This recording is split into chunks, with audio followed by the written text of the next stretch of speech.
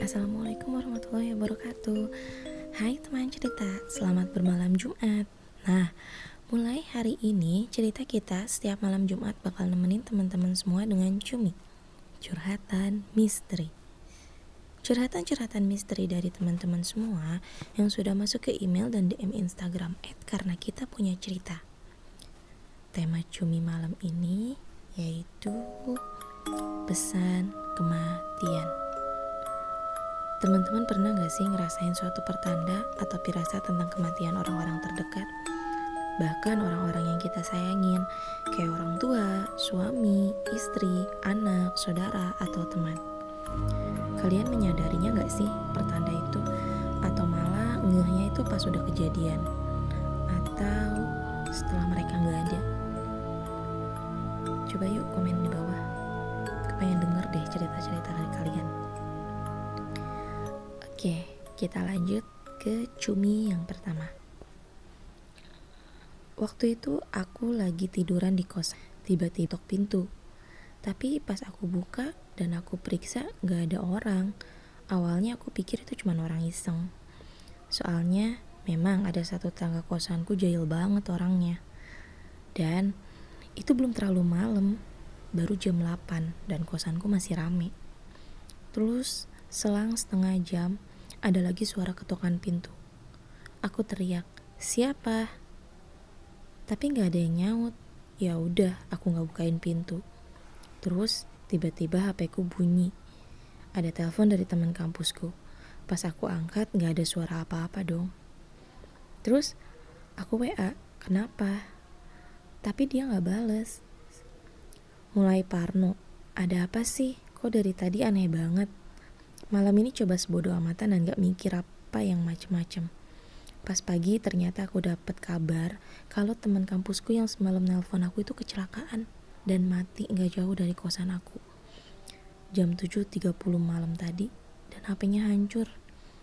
Langsung shock dan merinding jadi inget kejadian semalam. Mungkin dia mau ngasih kabar kali ya, kalau dia tuh lagi ada musibah. Terus karena kejadiannya deket sama kosan kamu, jadi mungkin dia maunya tuh kamu keluar kosan terus lihat ada sesuatu tuh yang terjadi gitu. Kadang ya memang ya suka kayak gitu. Ada orang yang kena musibah datengin kita, ngasih petunjuk dan untuk buat minta pertolongan. Ada gak sih yang pernah ngalamin kayak gini? Curhatan pertama aja udah merinding. Lanjut. Pernah ngalamin kayak percaya gak percaya, tapi kata orang tua dulu, orang yang bakal gak ada 40 hari sebelumnya udah ngasih tanda ya. Opahku dulu sebelum meninggal dia aneh banget. Jadi begini ceritanya. Kejadiannya itu, waktu itu opah lagi ngobrol sama mama aku di kamarnya opah. Opah udah ngalamin kesulitan jalan dan sering tiduran di kamar. Aku izin main ke mama. Sebelum keluar rumah, aku ke atas dulu ambil tas. Aku lihat opah, aku lagi berdiri di balkon sambil mainin burung. Aku tanya ke adekku yang baru 3 tahun, "Dek, itu siapa?" Dan kata adekku, "Itu opah." Aku penasaran, aku ke balkon dan benar itu opah. Aku kaget, langsung turun dan gendong adek aku. Pas ke kamar opah, ada opah sama mama aku masih ngobrol. Kakiku langsung lemes. Terus kata suster yang ngasuh adik aku, "Kenapa kak? Di atas ada siapa sus?" "Gak ada siapa-siapa kak," kata suster. "Masa sih?" kata aku. "Beneran, kenapa kak?" kata suster. Aku gak bisa ngomong. Aku gak bisa ngomong apa-apa dong. Takutnya opa marah. Tapi adik aku yang baru 3 tahun aja bilang itu opa. Dan emang sebelum kejadian itu aku kadang suka lihat kursi goyang opa goyang sendiri. Burung-burung peliharaan opa sering berisik kayak orang ada yang mainin. Tanaman opa layu semua. Padahal udah dirawat sama yang rapihin rumah. Malamnya aku cerita ke mama. Kata mama, "Ngaco kamu kak." Tapi setelah kejadian itu 2 minggu kemudian opaku meninggal. Dan pas opaku meninggal auto hampir 5 bulan gak berani tidur sendiri. Iya sih, udah jadi cerita turun-menurun ya. Katanya sebelum meninggal 40 hari sebelumnya itu kadang suka ada pertanda atau kejadian-kejadian yang aneh gitu. Tapi kadang ada yang ngeh, ada juga yang gak ngeh. Ntar pas udah kejadian baru ingat, oh kemarin tuh ternyata tanda-tanda ya mungkin. Oh iya, oh kemarin tuh ini gini, oh kemarin tuh itu gitu. Kayak gitu sih biasanya ya. Makanya ya, manfaatin waktu sama keluarga itu tuh sesuatu yang wajib ya. Soalnya kita nggak pernah tahu kejadian kedepannya bakal gimana. Lanjut. Ini pengalaman aku 3 tahun yang lalu. Sewaktu tunanganku meninggal. Sebelumnya, setelah acara pertunangan kami, dekorasi backdrop di rumah tiba-tiba roboh. Padahal di situ nggak ada orang sama sekali.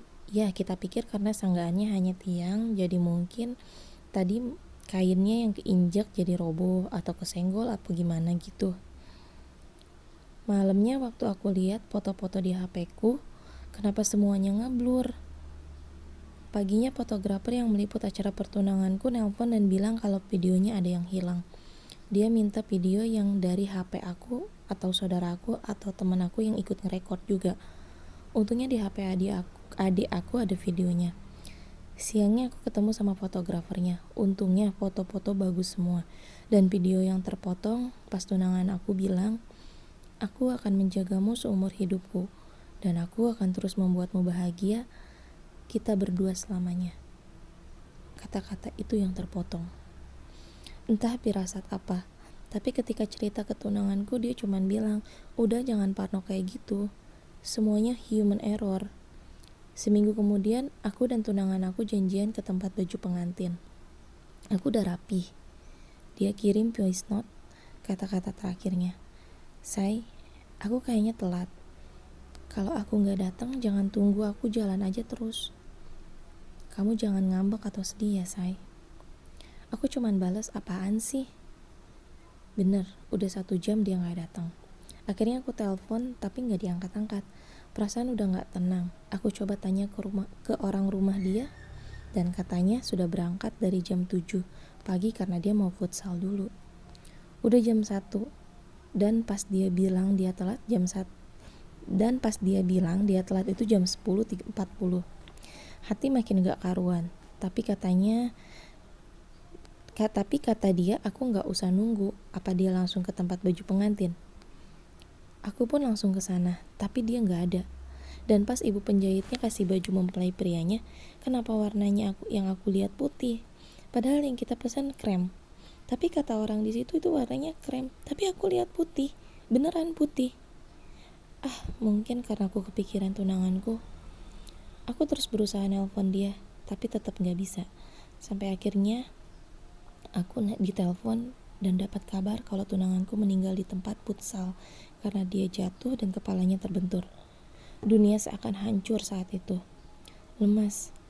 Padahal selangkah lagi kita akan melangsungkan pernikahan. Sudah 3 tahun berlalu dan aku masih sulit melupakan itu semua. Ya ampun, yang sabar ya sayang. Duh, sedih banget nih.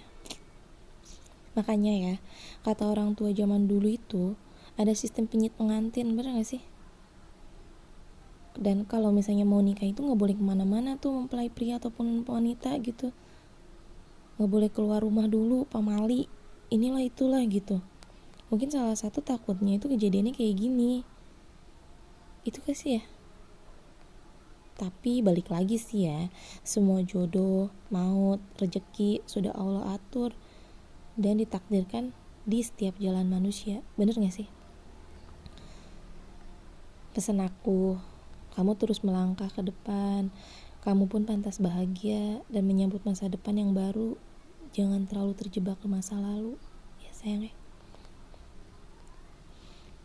Lanjut. Om aku anak pecinta alam. Waktu itu malam-malam dia nekat mengedaki Gunung Ciremai. Sedangkan perjalanan ke sana bisa memakan waktu 3 jam, Tasik Kuningan. Sedangkan waktu itu sudah jam 8 malam. Bisa-bisa sudah tengah malam dia sampai di sana. Om aku bilang dia merasakan dapat panggilan dari gunung itu. Akhirnya dia berangkat berdua, temannya boncengan motor. Besoknya temannya om aku sudah pulang, tapi om aku gak mau pulang dulu, katanya masih ada yang harus diselesaikan. 2 hari kemudian omku pulang dijemput temannya. Sepulangnya dia dari sana, dia malah jadi aneh.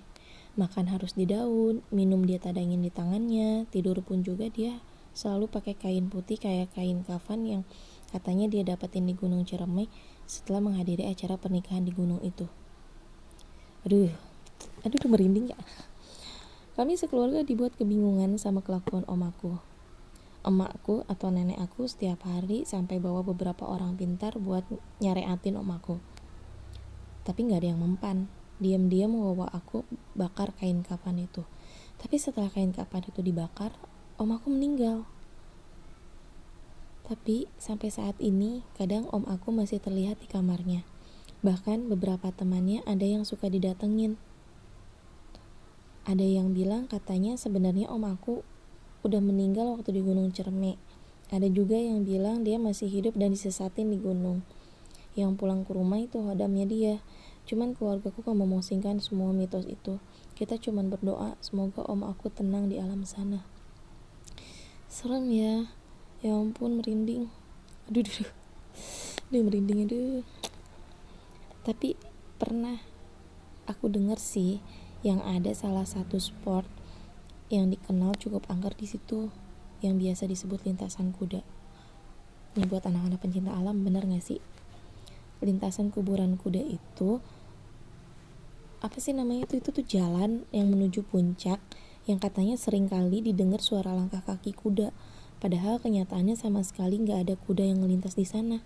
Katanya sih suara langkah kuda itu adalah arwah kuda dan prajurit Jepang yang tewas pada masa penjajahan. Bener gak sih? Nggak cuman itu sih katanya, Gunung Ciremai juga dikenal angker karena menurut berita, gunung itu merupakan tempat pembuangan mayat para Romusa oleh tentara Jepang. Ini buat anak-anak pencinta alam, coba deh komen. Terus seremnya lagi nih ya, katanya warga sekitar itu suka ngedenger ramai-ramai pesta dengan suara gamelan dari hutan. Serem banget ya. Oke, lanjut. Cerita terakhir ya. Aku nyesel banget. Kalau saja aku tahu itu sebuah pertanda dari ibuku sebelum dia meninggal. Waktu itu ibuku minta bakso dengan tetelan yang banyak, tapi aku larang karena ibuku kolesterolnya tinggi. Udah 3 hari ibu ngambek minta bakso, kayak anak kecil. Ibu janji, ini bakso terakhir. Selalu bilang seperti itu, dan aku selalu ingetin, nanti ibu sakit lagi. Ibu cuma bilang, mati mah mati aja, bukan gara-gara bakso. Aku kesel dengernya. Ya udah, aku beliin itu bakso pakai aplikasi pengantaran online.